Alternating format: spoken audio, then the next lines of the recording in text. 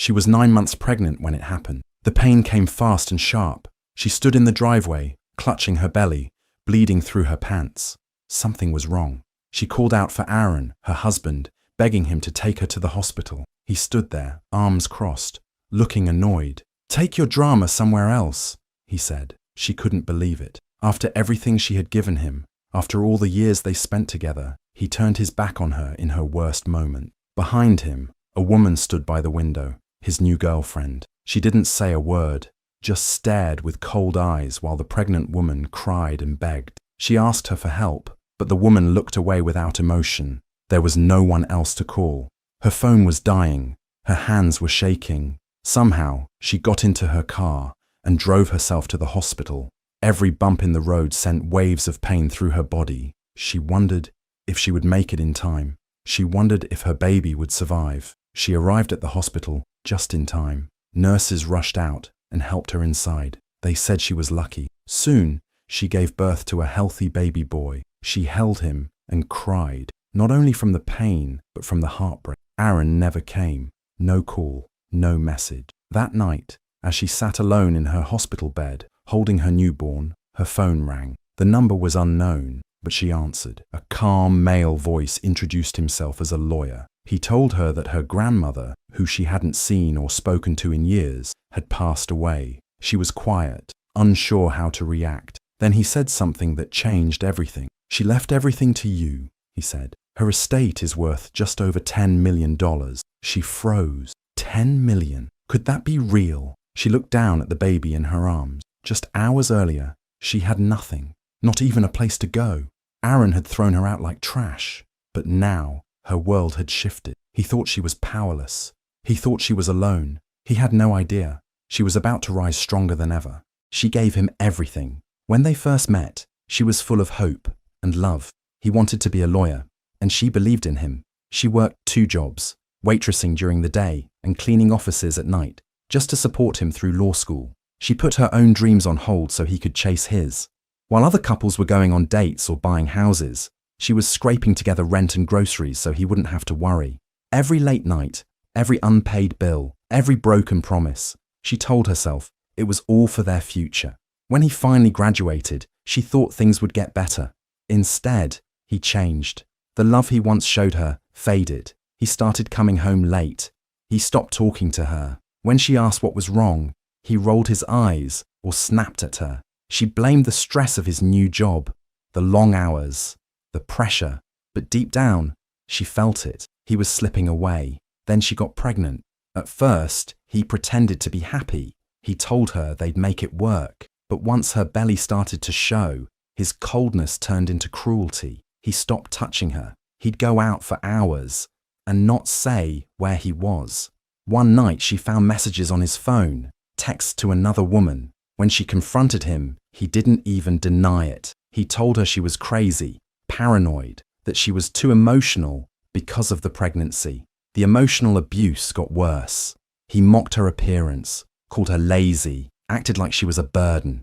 She cried herself to sleep most nights, whispering to the baby in her belly that things would be different, that she'd protect him. Then came the final blow.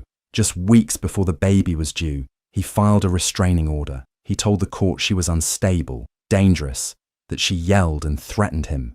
None of it was true, but he knew what he was doing. He wanted her out of the house.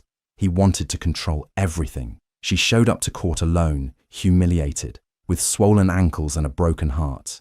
He brought a lawyer. He smirked while she sobbed. In the end, he got the house. He told her to leave. No money, no support, no apology, just cold silence and locked doors. Now, she sat in the hospital room, alone except for the baby sleeping in her arms. The glow of the monitor hummed beside her. Her body ached, but her mind was racing. She opened her phone and read the lawyer's message again. $10 million. Inherited just in time. She looked at her son and whispered, "He took everything from us, but he has no idea what's coming." In just 2 days, her world flipped. From being thrown out onto the street with nothing but a hospital bag and her newborn son, she became an heiress with $10 million in her bank account. The first thing she did was secure a new home, a luxury penthouse overlooking the city skyline. Quiet, private, and far away from anyone who used to know her. No more sleeping on hospital chairs or begging for space on a friend's couch. She had a safe place now, and her son had everything he needed. She didn't rush. Every step she took was careful. She hired the best legal team in the state, people who specialized in high-conflict divorce, hidden assets, and corporate law. Her lawyers didn't just work cases. They destroyed opponents. She gave them every detail she had on Aaron: the cheating, the restraining order, lies, the hidden money. They started building her case in silence.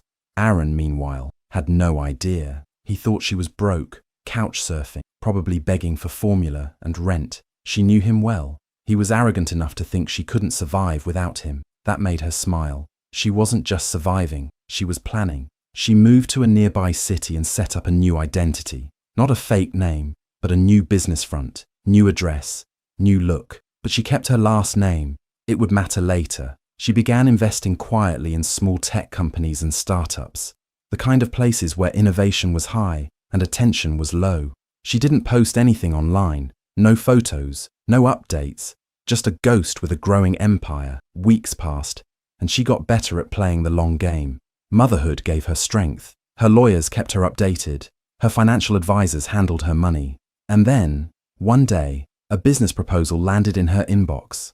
A startup was looking for funding. It was a clean pitch, well-designed, promising potential returns. She scrolled through the documents, half distracted, until she saw the name, Aaron.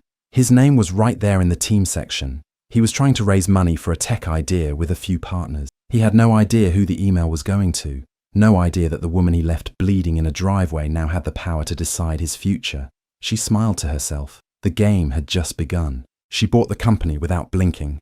The tech startup Aaron was pitching belonged to a small but promising firm, and one of the lead employees listed was Cassandra, his new wife, the same woman who had watched her bleed on the driveway and did nothing. Now Cassandra was working hard to climb the corporate ladder. She had no idea her new boss would be the very woman her husband abandoned. The deal went through quickly. Thanks to her inheritance and her sharp legal team, she gained a controlling interest in the company quietly. She made sure her name didn't raise flags. The employees only knew a new investor had come in. No one questioned much else. She scheduled her first visit for the next week, ready to step into her new role as silent partner turned CEO. When she arrived at the office, dressed in a sleek black suit and heels, Cassandra didn't recognize her. It had been nearly a year. Her hair was shorter, her posture stronger. The exhausted woman in hospital slippers was gone. In her place stood someone powerful, composed and patient. Cassandra approached her with a wide smile. "Welcome! You must be the new executive," she said cheerfully. "I'm Cassandra. If you need anything, sweetheart, I'm your girl." Sweetheart. The word made her want to laugh. Cassandra had no clue who she was speaking to. She nodded politely and thanked her, pretending not to know her. Over the next few days, she visited the office often, staying quiet and observant. Cassandra was the first to cozy up, offering coffee, compliments, and office gossip. "She's a hard worker," the staff said, but in private, Cassandra liked to complain. "My husband's useless," she said once, not knowing who was listening. "He can't hold a job. I'm the one paying bills. Sometimes I wonder why I married him." She listened silently, noting every word. Cassandra was painting herself as the struggling wife now, pretending she hadn't played a part in destroying another woman's life. But that was fine. She wasn't here for petty drama. She was here for the long game. Then came the day of the official board meeting. She entered the boardroom confidently, papers in hand, her team behind her. The room went silent as she took her seat at the head of the table. Cassandra walked in a moment later, still chatting, not yet noticing. Then their eyes met. Cassandra stopped mid-sentence. Her face turned pale. Her lips parted, but no words came out. "Good morning," she said calmly, locking eyes with her. "Let's begin." Cassandra stood frozen. Now she knew. Aaron's luck had finally run out. After a series of failed ventures and burned bridges, he was laid off from his law firm. Word had spread about his shady behavior, missed deadlines, inappropriate office relationships, broken promises to clients. His once bright career was now just dust and whispers. No one wanted to work with him anymore. His reputation was ruined. At the same time, Cassandra's job at the startup had become shaky. The company was undergoing a quiet restructuring, and whispers of layoffs were starting to spread. Cassandra tried to act confident, but she was visibly stressed. She had grown used to the expensive lifestyle, designer bags, spa days, and fancy brunches. But now, with Aaron jobless and her own position uncertain, the pressure was building. Then the call came. Her phone buzzed late one afternoon. The name on the screen made her pause. Aaron. She hadn't heard his voice in nearly a year. She picked up, calm and composed. "Hey," he said, his voice light and casual, like nothing had happened. "Just wanted to check in, see how the baby's doing." She smiled quietly. "He's doing great, growing fast." "That's good. I've been thinking about you both," he said. "I know things ended rough." She let him talk. His words were clumsy, forced.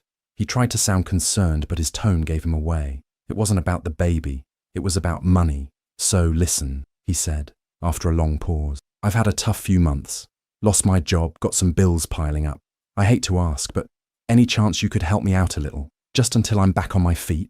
There it was. She played her part perfectly. She acted hesitant, even a little nervous. "I don't know, Aaron. I've got expenses too. Just a small loan," he said. "You always said you'd help me if I needed it." She nearly laughed. The same man who threw her out while she was in labor was now asking her for help, as if none of it ever happened. But she didn't show her anger. Not yet. "Okay," she said after a pause. "Maybe we could talk about it in person. Coffee?" "Sure," he said quickly, sounding relieved. "That sounds great. Same place as before?" "Yeah," she replied, her voice sweet, just like old times. After the call ended, she sat back and smiled to herself. He thought he was manipulating her. He thought she was still weak. But this time, she was the one setting the trap. She arrived early, dressed in a sharp navy suit and designer heels that clicked with every step. Her hair was done, her makeup soft but flawless, and her posture screamed confidence. She walked into the cafe like she owned it, and in many ways, she did. The old her, tired and broken, no longer existed. This woman was calm, powerful, and in full control. Aaron was already sitting at a table near the window, scrolling through his phone. He didn't look up right away. When he finally did, his eyes widened. He stood up awkwardly, caught off guard. "Wow," he said, trying to smile. "You look different." She smiled warmly, as if nothing had happened between them. "It's been a while." He sat down, still staring. "You look great. Seriously. Life must be treating you well." She nodded. "It is." He started rambling about how hard things had been, losing his job, struggling to find work, how Cassandra was stressed, how nothing was going right. He made it sound like he just needed a little help to get back on track. She nodded politely, pretending to listen, letting him think she still cared. As he talked, she dropped small hints, just enough to rattle him. "I've been investing," she said casually. "Some startups, a few properties. It's been busy." He blinked. "Wait, really? Since when?" "Oh, just over the past year," she replied with a smile. "Got some good advice from my lawyers. They're amazing." Aaron shifted in his seat. "Lawyers?" She sipped her coffee, still smiling. "Yeah, top tier. They're helping me with everything." He clearly didn't know what to say. The confident woman in front of him wasn't the one he remembered. She was composed, successful, untouchable. Finally, she reached into her purse and pulled out a check. She slid it across the table with a gentle push. He looked at it eagerly, but as he picked it up and read the numbers, his expression changed. The check was made out for exactly $1. He looked up, confused. She tilted her head. "That's what your support was worth," she said softly. "Have a good day, Aaron." Then she stood, her heels clicking again, and walked away, leaving him stunned, silent, and holding nothing but the weight of his choices. The next morning, Aaron tried to cash the check. He expected something, maybe not thousands, but at least a few hundred. Instead, the bank teller frowned and walked away with it. Minutes later, 2 men in suits came out and quietly asked him to step into a private room. His account had been flagged. The check, though real-looking, had bounced, intentionally. It was marked as suspicious, triggering a freeze on his already struggling finances. Meanwhile, Cassandra was having her own bad day. She'd been promised a promotion at the startup. She'd already hinted to friends and ordered new business cards. But when the official announcement came through email, her name was missing. Confused, she marched to HR, demanding answers.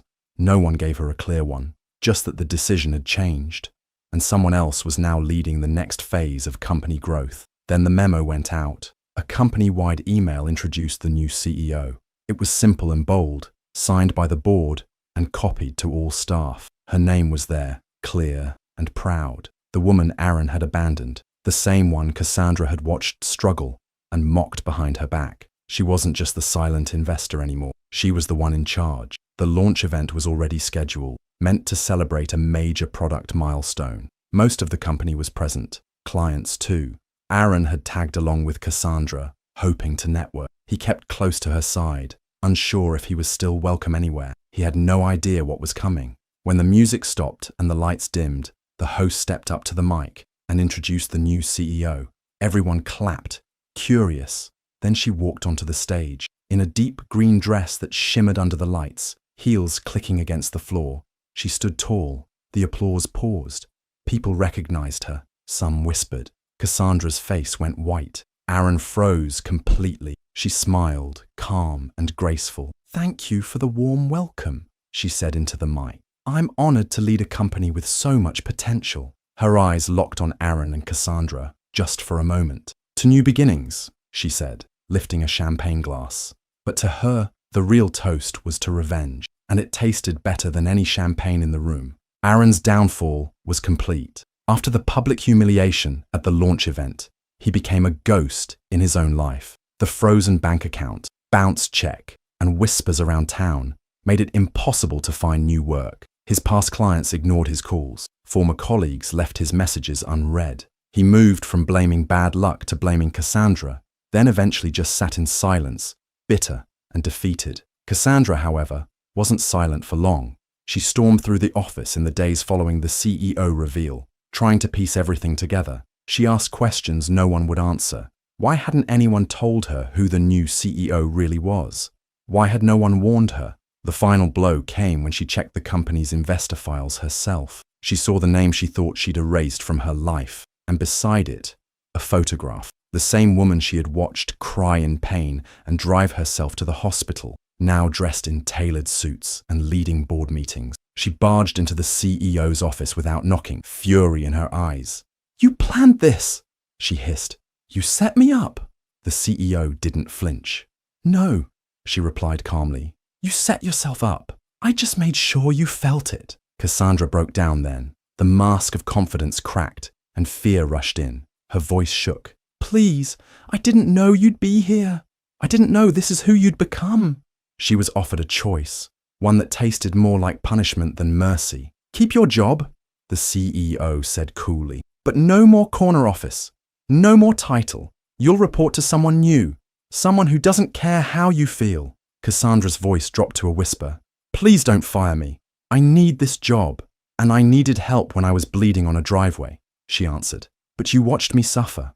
The next week, Cassandra's demotion was made official. Her new title was Assistant Operations Liaison, and her new boss was a sharp, unsympathetic woman who ran her team with a cold grip. Cassandra's days of long lunches and soft praise were over. Now she filed reports, handled office supply orders, and took notes in meetings she used to lead. Aaron, left without support, began sleeping on a friend's couch.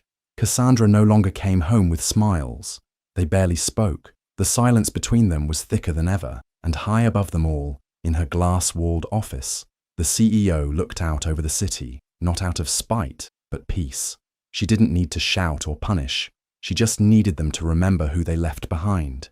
The ballroom glowed with soft lights and polished elegance as guests arrived in floor-length gowns and sharp tuxedos. It was the annual Women's Empowerment Gala, and this year it was hosted by her company. Her name was on the banners, the programs, and the lips of everyone in the room. She stood backstage, calm and poised. It wasn't nerves she felt, it was power. Years of pain, betrayal, and quiet rebuilding had brought her here. This moment wasn't about revenge anymore. It was about showing the world what a woman could become after being broken. When her name was announced, the applause was thunderous. She walked onto the stage in a silver gown, grace in every step. Her speech was ready, but she didn't look at the notes. She didn't need to. She began with a story, not all the details, just the truth that mattered. A few years ago, I was left on a driveway while in labour, alone, no help, no kindness. I had to drive myself to the hospital. That day, I thought I lost everything, but it turns out I was just beginning. The room grew silent, hanging on every word. She spoke of resilience, of rebuilding, of choosing peace over bitterness. Her voice was steady, her message clear. She didn't name names. She didn't have to. Miles away, Aaron sat on a friend's old couch, watching the live stream on his phone. He hadn't meant to click it, but curiosity got the best of him. As she spoke, his expression twisted from surprise to regret. He knew exactly who she was talking about. Social media lit up.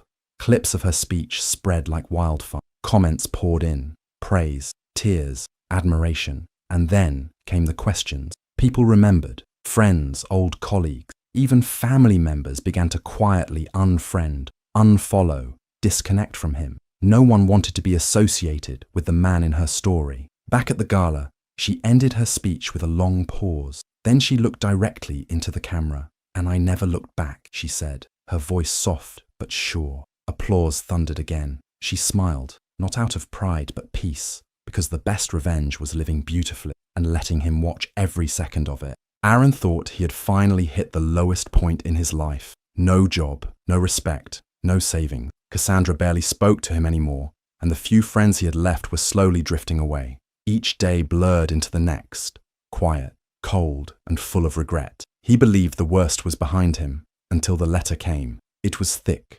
official-looking, and stamped with a law firm's name he vaguely recognized. He tore it open, eyes scanning the pages quickly. His heart dropped. He was being sued for back child support, alimony, and emotional damages. The amount was staggering, but worse than the money was what the letter symbolized. She wasn't done with him. Not yet. The story hit the internet within days. Somehow, someone leaked the court documents. Headlines popped up everywhere. Millionaire CEO sues ex for abandoning her during labor. Social media exploded with outrage and support. For her, people dissected every detail, from the lawsuit's wording to old photos of Aaron looking smug and privileged. His name became a symbol of failure and cowardice. While Aaron panicked, unsure how to fight back, she stayed silent. She didn't need to argue. The truth was already working in her favor. Her lawyers, polished and powerful, handled everything with precision. She didn't even attend the first hearing. Instead, she stayed home in her peaceful mansion at the edge of the city. The place was quiet, filled with warm light and soft laughter. That afternoon, she walked through her sunlit hallway, holding her baby close. The child giggled in her arms, unaware of how far they'd come from the day she drove herself to the hospital in pain and alone. She stepped onto the balcony, sunlight pouring over her, and looked out at the city. She smiled at her baby and kissed the top of their head. "He thought it was over," she whispered softly, "but we're just getting started." The wind moved gently through the trees, as if agreeing with her. She didn't need revenge anymore. She had something far better: freedom, peace, and the future resting safely in her arms. Do you think Aaron got what he deserved? Or should she have just moved on and let karma do the work? Let me know what you think in the comments. I'd love to hear your take on it.